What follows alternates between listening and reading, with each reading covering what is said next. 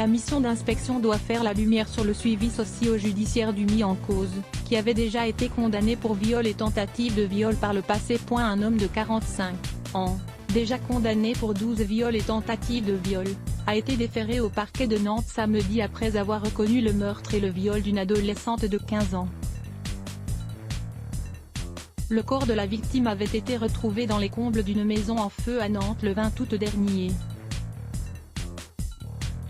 Face à cette énième récidive, l'inspection générale de la justice a été saisie vendredi, pour faire la lumière sur le suivi socio-judiciaire du mis en cause, selon un communiqué du ministère de la Justice, reçu par BFM TV ce dimanche. L'inspection générale de la justice mènera une mission d'inspection de fonctionnement, concernant les faits criminels survenus à Nantes le jeudi 20 août 2020, est-il précisé. L'homme libéré en 2016. Cette mission devra exposer les modalités de mise en œuvre de la mesure de suivi socio-judiciaire dont le mis en cause a fait l'objet, mais également si cette prise en charge a été correctement effectuée. Le suspect avait déjà été condamné en 2005 à 18 ans de réclusion par la cour d'assises de la Vienne pour 12 viols et tentatives de viol sur des jeunes filles.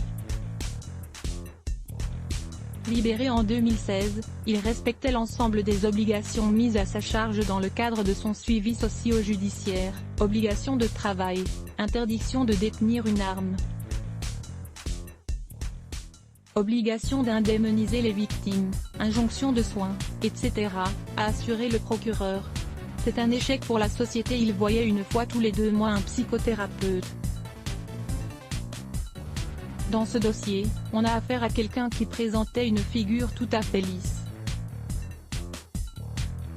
Il avait même trouvé une compagne, a détaillé le procureur adjoint Yvon Olivier. Nous n'avons pas le moindre élément qui puisse laisser penser à une fragilisation de l'intéressé ces derniers temps qui aurait pu le conduire à passer à l'acte, a-t-il ajouté. C'est un échec pour la société. Quand vous avez un drame pareil, c'est un échec pour tout le monde, a conclu le magistrat.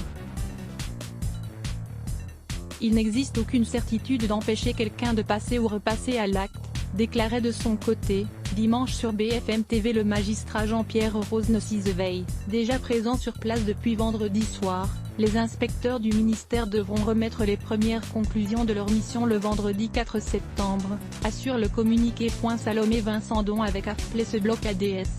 Why?